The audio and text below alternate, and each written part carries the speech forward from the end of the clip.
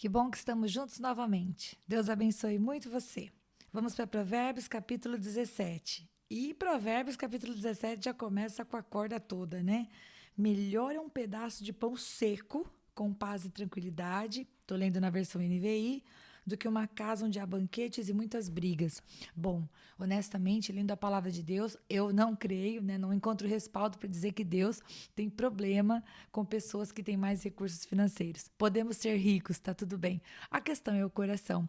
Mas aqui Salomão ele vai elevar ao extremo, né? É melhor ter um pão seco e paz do que viver numa casa onde tem muitas brigas, embora tenha banquetes. Então, qual é o alvo do nosso coração? Honestamente, eu penso que nós devemos ter como alvo ter paz e tranquilidade na nossa casa, né? Buscar conversar de maneira não cheia de emoções, mas depois de orar, né? Quando você está muito nervoso, você fala coisas que depois são difíceis de consertar, né? A gente não tem como desdizer, depois que disse, está dito, né? Podemos pedir perdão, podemos nos arrepender, e esse é o certo, mas depois que ferimos a pessoa é complicado, então é melhor pensar antes de falar, né? Como nós temos visto aqui, que é o conselho de todos os provérbios que a gente tem visto até agora. Então nós devemos buscar essa paz, essa tranquilidade, e por que não também os banquetes, né? Vamos trabalhar para ter recursos, vamos trabalhar para ter na nossa casa coisas gostosas, né? Aquilo que é excelente, mas nunca perdendo de vista aquilo que é o mais importante, que Salomão nos diz aqui, né? Que é a paz e é a tranquilidade. E Provérbios capítulo 17 trouxe tantas coisas que eu iria ficar destacando aqui por muito tempo, mas vamos ver se eu consigo resumir, né? Eu tive a impressão que Provérbios 17 é um momento em que Salomão ele vai falar mais a respeito do coração daquele que desobedece. Então eu estava grifando aqui. Versículo 4 fala do ímpio, versículo 7 dos lábios arrogantes, né? Versículo 8 está falando do suborno, versículo 11 do homem mau, versículo 18, 19, de quem ama a discussão. Versículo 18, que eu pulei, o homem sem juízo. Versículo 20, o homem de coração perverso. Versículo 21, o filho tolo. Versículo 23, o ímpio. Versículo 25, o filho tolo. Ou seja, qual que é o panorama? O que me dá a impressão em Provérbios 17? Que Salomão vai listar uma série de coisas que não são bênção. Até agora, sempre a gente via nos provérbios, né? Uma coisa que fazia o homem bom, uma coisa que fazia o homem de coração perverso. É como se fosse sempre um contrapondo o outro. E me dá a impressão que Provérbios 17, ele é mais focado para nos mostrar exatamente o comportamento que nós devemos evitar. Por exemplo, logo no segundo versículo, fala a respeito de filhos. E a gente vai ver falando também a respeito de filhos em outros textos, né? Verso 2, verso 21, verso 25. E o que está falando a respeito do filho? Verso 2 está falando de uma triste realidade. Daquele filho que não toma sua posição de filho nas coisas do pai e que, portanto, o empregado, né, o funcionário, é aquele que vai reinar sobre ele, né? Isso, fazendo um parênteses aqui, é muito triste quando você vê, né, que uma família tem algo, tem um negócio, e o filho, ao invés de abraçar a causa, né, e continuar o trabalho do pai, né, ele simplesmente deixa isso para lá, vai viver da provisão do pai, mas não abraça o trabalho junto. E um funcionário, né, uma pessoa contratada de fora, acaba se tornando o braço do pai.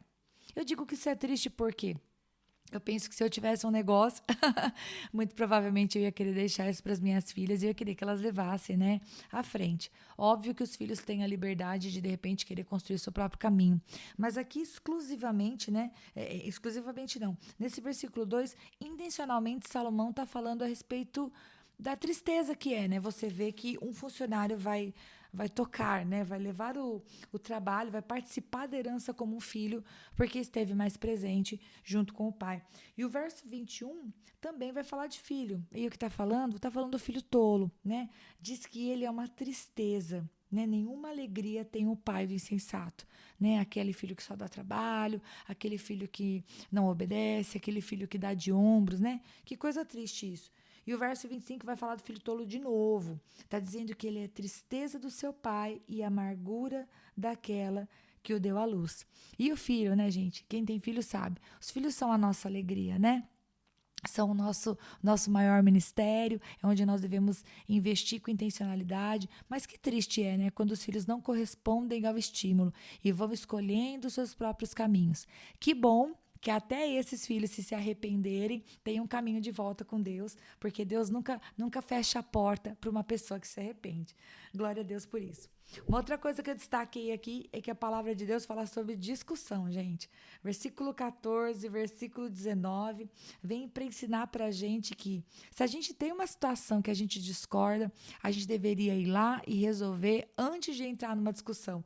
Eu achei muito interessante, porque o versículo 14 fala que quem começa uma discussão é como abrir brecha num dique. Um dique, né, é aquela parte que segura a água, né, para que não venha se espalhar. Então, imagina só você abrir uma brecha, né, para que a gente tenha uma visualização melhor. Aquilo vai explodir, né, aquilo vai perder o controle. Então, quando tivermos alguma demanda, alguma situação para resolver, Provérbios ensina a gente que a gente já deve ir e resolver antes que aquilo vire um problema maior.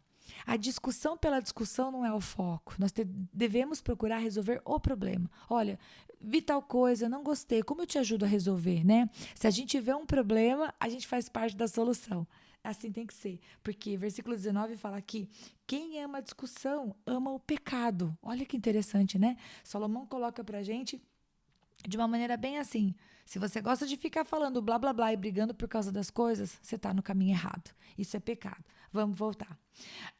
E aí, então, eu quero destacar, eu acho que duas coisas antes de finalizar.